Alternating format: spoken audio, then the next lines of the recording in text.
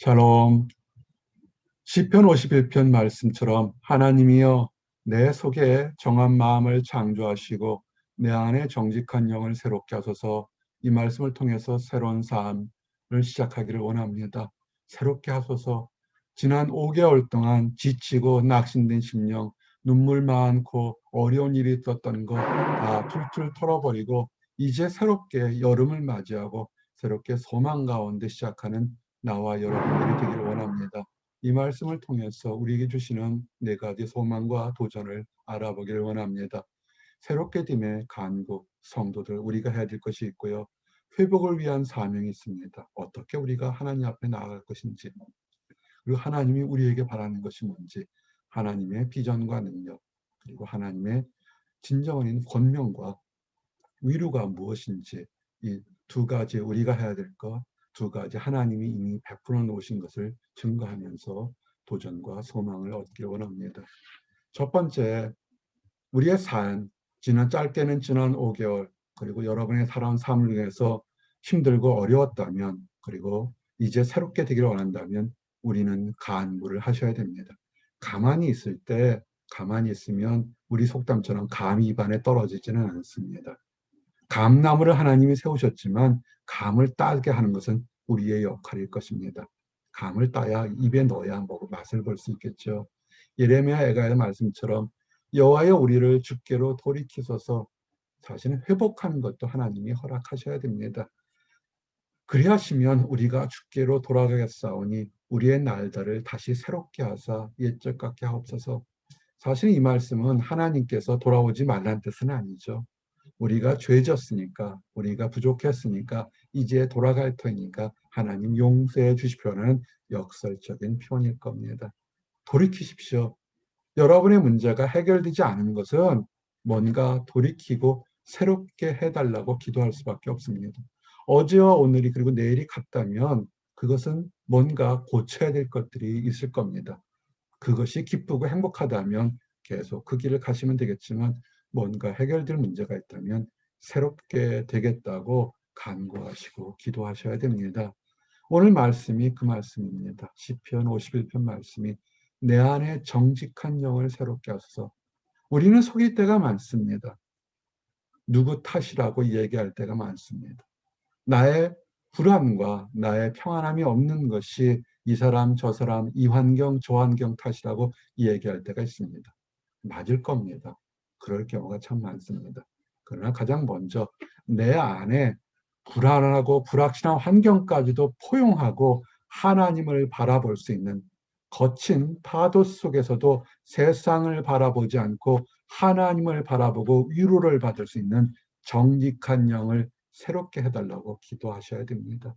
베드로가 예수님을 바라볼 때 거친 파도를 걸어가다가도, 물 위를 걸어가다가도 파도 소리에 놀래서 예수님을 바라보지 못하니까 낙심됩니다. 우리 주변에는 항상 평안할 때가 없습니다. 인류 역사상 평안한 날은 거의 없었다고 합니다. 무엇을 바라볼까요? 평안을 주시는 하나님을 바라보시고, 내 안에 평안이 없다면 평안을 주시는 하나님을 바라볼 수 있는 정직한 영을 새롭게 해달라고 기도하셔야 됩니다. 이건 간구를, 처절하게 간구를 하셔야 됩니다. 그래서 이 평안을 얻는 나와 여러분이 되시기를 원합니다. 하나님께서는 회복을 위해서 간구하지 않은 회복을 위해서 우리가 해야 될 것이 있습니다. 좀 전에 간단한 이와처럼 감을 먹고 싶은데 감나무 밑에서 감 떨어질 때 기다리면 떨어지겠죠. 그러나 감나무를 심어놓는 것은 하나님이겠지만 우리는 따서 먹어야 되는 것처럼 힘들고 어려울 때, 개인적으로 또는 나라 전체로 힘들 때 우리는 예배 처소로 먼저 달려가야 됩니다. 사무엘의 백성에게 이르되 오라 우리가 길갈로 가서 나라를 새롭게 하자. 힘들고 어려울 때, 침략을 받을 때 길갈이란 곳이 특별한 곳은 아닙니다.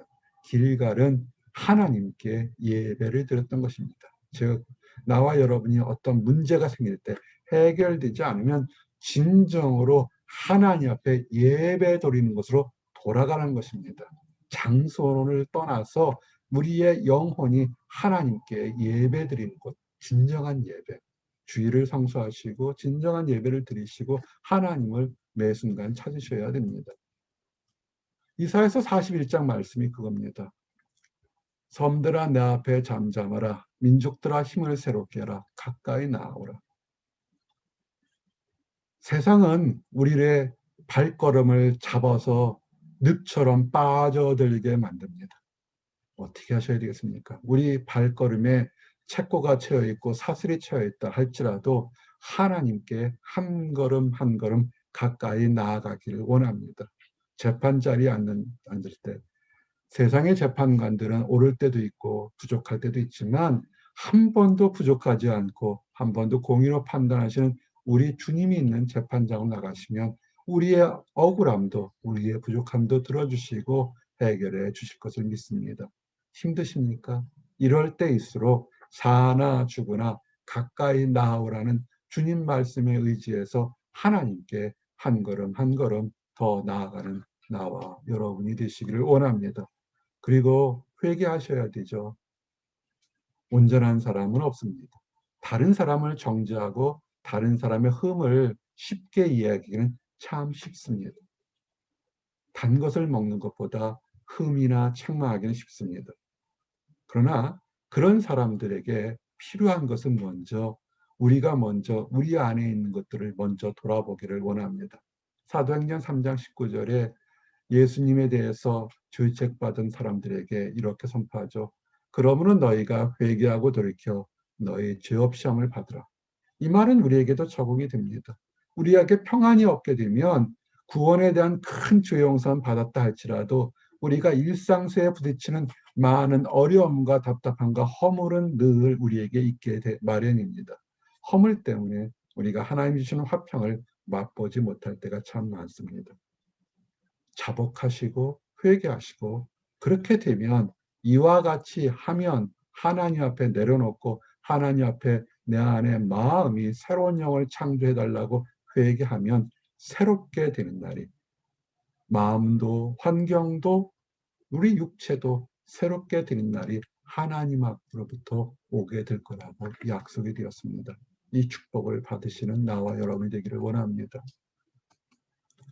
그리고 중요한 것은 우리가 영적으로 영안이 열려 있어야 됩니다. 로마서 12장 말씀처럼 세상이 참 악합니다.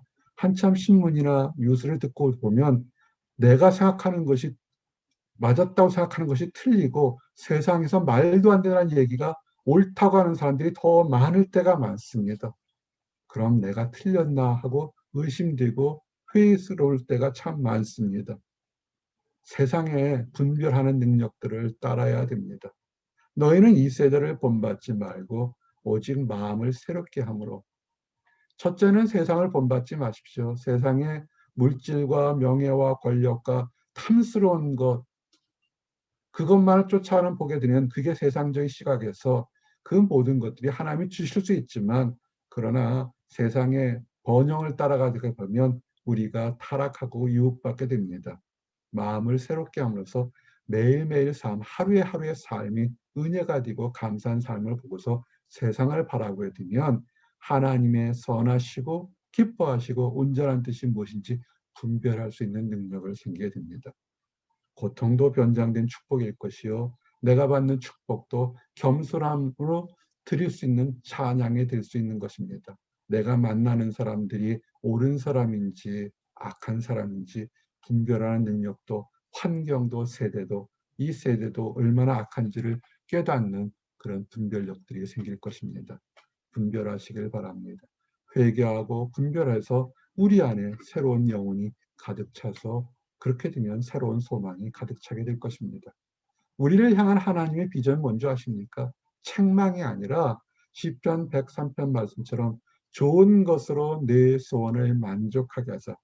영혼이 새롭게 되면 하나님께서는 깨끗한 그릇에 선물을 주시기를 원합니다. 더럽고 냄새나고 썩는 것이 가득 있는 곳에서 새로운 것을 주면 그건 하나님 뜻이 아닙니다. 왜냐하면 그 선물의 가치가 같이 떨어지지 않습니까? 하나님은 그릇이 작든 그릇이 크든 아니면 그것이 금쟁반이든 나무쟁반이든 깨끗한 그릇 위에 하나님께서 예비된 가장 선한 것으로 좋은 것으로 채워주시길 원합니다. 특별히 육신이 약하고 마음이 무너진 사람들에게 청춘을 독수리 같게 새롭게 하시는도다. 나와 여러분에게 비전이, 소망이, 건강함이 독수리 날개치며 올라갔던 새 힘으로 살길 원합니다.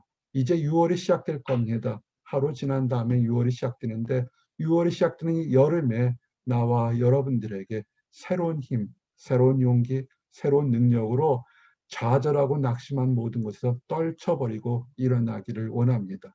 그것이 하나님이 나와 여러분에게 바라는 비전인 것입니다. 그리고 새 사람을 입었으니 이는 자기를 창조하신 이의 형상을 따라 지식에까지 새롭게 하심을 입은 자니라. 아멘. 골로새서 3장 말씀처럼 하나님이 우리에게 새 옷을 주셨어요. 새 옷은 새로운 신분이요, 새로운 기쁨이요, 새로운 소망을 주시겠다는 겁니다. 어떻게 하시겠습니까? 냄새나고 더럽고 찢어진 옛 옷을 벗어버려야 되죠. 벗어버리는 역할이 회개하는 것이고 분별하는 것이고 하나님께 가까이 나아오는 것입니다. 그리고 분별력이 하나님의 지식에까지 하나님의 지혜로 세상을 바라보고 하나님께 경배할 수 있도록 새 사람을 입으십시오.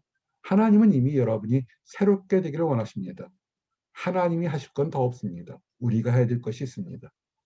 옛 옷을 벗어버리고 하나님이 주신 축복의 옷을 입도록 우리 마음에 정한 마음이 들도록 기도하시고 간구하시고 회개하시고 분별력을 가지시기 바랍니다.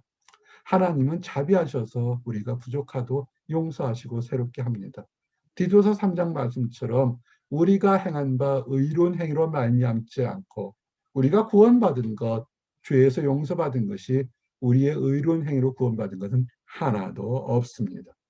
참고사항이 될지언정 절대적으로 그것이 구원을 얻지를 못합니다. 오직 단지 하나님의 긍휼하심, 자비하심과 중생의 씻음과 성령이 새롭게 하심이죠. 예수 그리스도가 우리를 위해서 십자가를 지신 것, 이것을 통해서 그리스도의 보혈로 우리는 깨끗하게 씻음을 받고 새롭게 하나님의 능력으로, 성령의 능력으로 새롭게 살 수 있는 것입니다. 하나님의 자비하심을 찬양하고 새롭게 사시기를 원합니다. 그리고 마지막으로 1번부터 3번째 했던 말에 반복되는 말씀이면서 권면과 위로가 있습니다. 왜 새롭게 되지 않으면 문제가 있습니다. 에스겔서 18장 말씀처럼 너희는 너희가 범한 모든 죄악을 버리고 마음과 영을 새롭게 할지어다. 몸과 마음이 영혼이 새롭게 되어야 됩니다. 그렇게 되지 않으면 이스라엘 족속아 너희가 어찌하여 죽고자 하느냐. 육신적으로 죽습니다. 죄 속에 있기 때문에 고통받고 허물이 있기 때문에 아픈 것입니다. 회개하십시오. 회개 하나도 회개하지 않습니다. 하나님의 선물을 자비하심을 받으라도 받지 않으면 육신이 죽을 수밖에 없습니다. 문제는 육신뿐만 아니라 영혼까지 죽어서 그것이 죄의 파멸에서 벗어나지 못한다는 것입니다. 하나님이 새롭게 하시려고 모든 옷을 준비하시는 것이 뭐냐면 파멸과 죄의 값이 너무나 무서운 것이기 때문에 그렇습니다. 그리고 하나님을 믿는다고 하면서 입으로, 몸으로, 행동으로 범죄하는 사람들이 있습니다. 히브리서 6장 6절에 타락한 자들은 다시 새롭게 하여 회개할 수 없나니 이는 그들이 하나님의 아들을 다시 십자가에 못 박아 드러내놓고 욕되게 함이라. 아멘. 참으로 무시무시한 말씀입니다. 하나님께 범죄한 것을 하나님이 몇 번 용서하신지 정말 궁금하고 신학적인 논쟁이 참 많습니다. 하나님께서 한 번도, 두 번도, 70번씩 7번이라도 용서하신다고 했으니까 용서해 주실 거라 봅니다.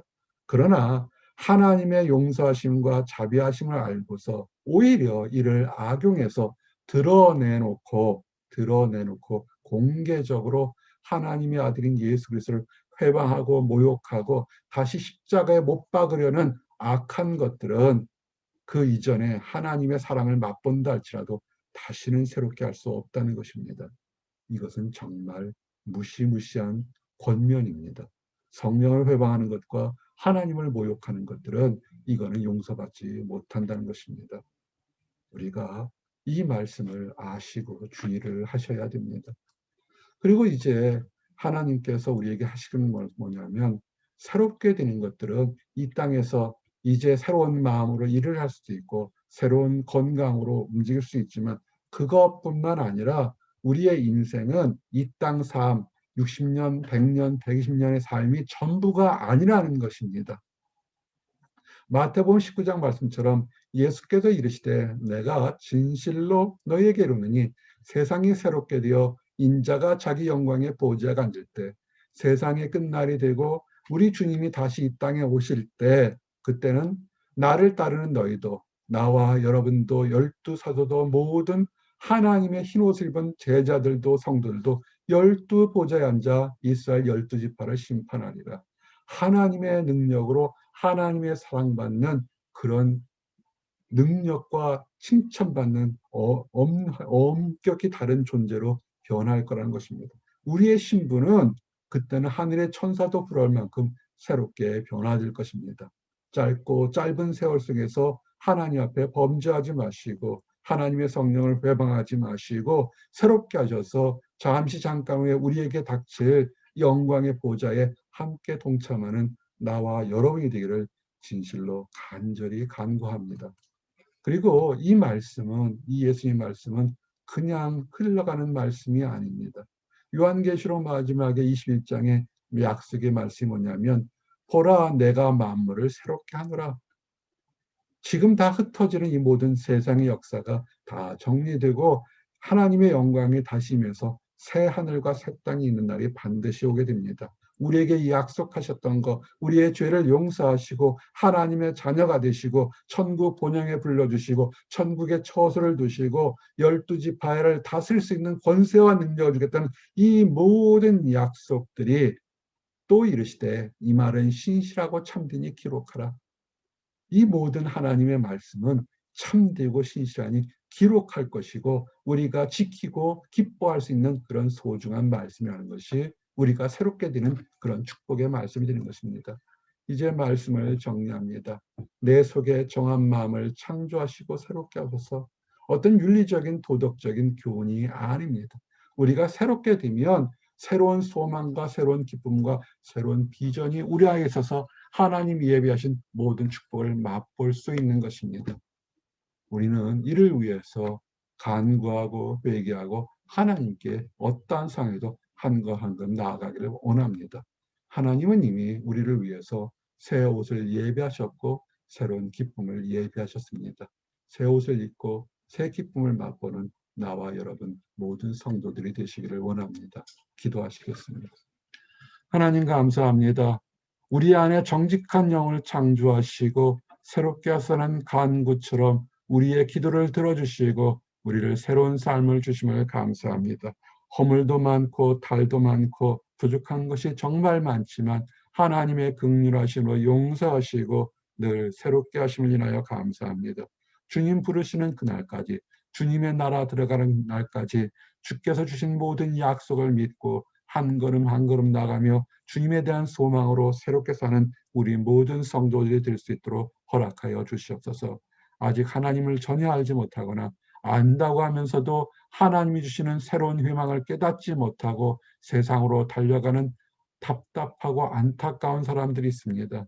하나님 그분들까지도 그 사람들까지도 사랑하셔서 하나님의 아들 예수 그리스도를 십자가에 지게 하심을 감사합니다.